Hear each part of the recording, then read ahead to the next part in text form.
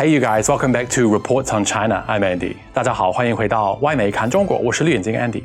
Today I'll talk about the recent report by a US cybersecurity firm suggesting that a pro-China misinformation campaign is targeting social media around the world, as well as some absolutely unprofessional Western media reports covering the story. Let's get reporting.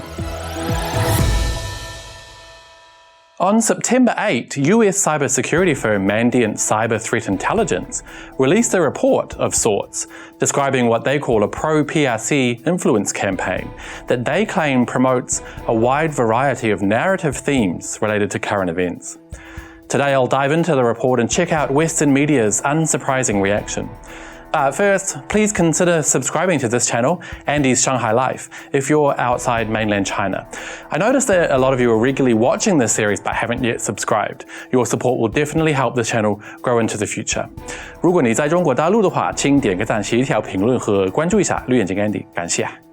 Before we get into it, let's take a quick look at some comments from the last episode.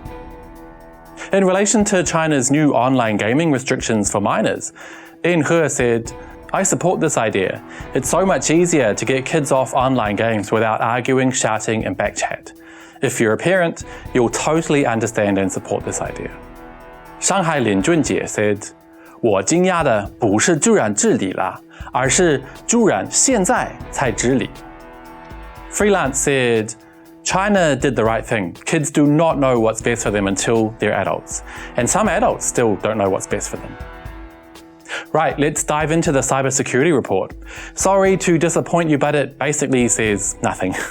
All they say is that they've noticed what they determine without evidence are inauthentic accounts posting on social media sites in a number of languages about a number of hot topics, including the origins of COVID-19 and anti-China racism in the USA, which the posts in question apparently used to suggest that Asian Americans should join protests against the increase in anti-Asian hate crimes there recently. They surmise, based on the fact that a lot of the content like memes and images seems to be shared widely, that this may mean there is someone coordinating and paying people to share it, albeit without a shred of evidence. Have they not heard of memes over at Mandiant? Basically, I think this whole report is just a way for the company to bank on anti-China sentiment to gain some free media coverage, and it's worked. The worst and most misleading report of all comes from the Wall Street Journal, who blatantly lie in their story, saying a network of fake social media accounts linked to the Chinese government has attempted to draw Americans out to real-world protests, according to US security firms. Not true. Mandiant never said in their report that social media posts supporting China were linked to the Chinese government, because there is absolutely no evidence to suggest this. They also have no evidence that the social media accounts are fake. Confusingly, in the very next paragraph, the Wall Street Journal suggests, although rather softly, that the activity represents the first known example of suspected China-linked actors targeting Americans.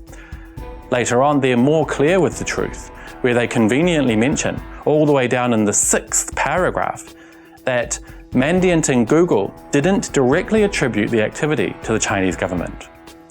Remember, professional media outlets know that a huge number of readers gain their understanding of stories simply by glancing at headlines. Others will just read the headline and the first paragraph. Others still will only read tweets from media outlets. All of these readers in this instance will be left with untrue information. Keep in mind also that the Wall Street Journal is behind a paywall, meaning you need to have paid for a membership in order to read the article further and find out the actual truth. It goes without saying that this is extremely unprofessional, not to mention unethical conduct on behalf of the Wall Street Journal. Newsflash, people are varied and wonderful creatures, with a whole set of different beliefs and ideas. Why is it assumed by cybersecurity firms and Western media that anyone supporting ideas that go against the mainstream narrative are somehow fake and the product of nefarious government intervention? 太嘚瑟了。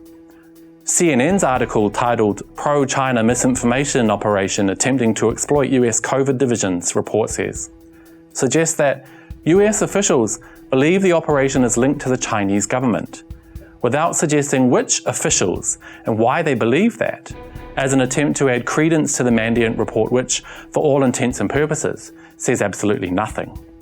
CNN has also decided it is the authority on the origin of COVID-19, accusing Chinese officials of spreading misleading information, despite even Joe Biden's own investigation coming up with no conclusive answer.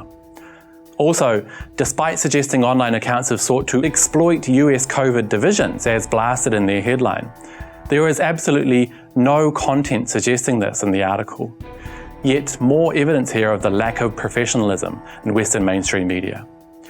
Reuters article, Pro-China Social Media Campaign Hits New Countries, Blames US for COVID, says that many of the posts echo claims in state-controlled Chinese media, and they are consistent with other government propaganda efforts, before admitting that researchers do not have proof of involvement by a specific arm or ally of Beijing.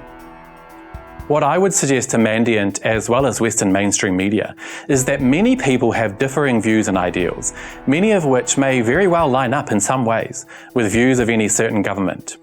This doesn't necessarily mean that people are paid to promulgate these views, or that they've been influenced in any way by a said government. Americans, by and large, support the idea of democracy, and many will argue tooth and nail on local and overseas social media to defend what they see as the right way of governance and organisation of society. That doesn't mean that they've been paid by the US government, and no one would ever suggest that. Why then are you suggesting anyone who holds views that may not line up neatly with Western mainstream thinking is somehow inauthentic and being pushed by the dark hand of an enemy? It's time you realise people's opinions and values differ greatly. You need to accept that and stop trying to claim a monopoly on thought. Further, protest is a valid and important part of society in the West. So why are you suggesting that even a coordinated effort to protest the rise in anti-Asian hate crimes there is somehow nefarious? Perhaps it's because fomenting discontent in foreign lands is your own trick, a trick you know well. They often say those who accuse others the loudest are the guilty party. See you guys next time.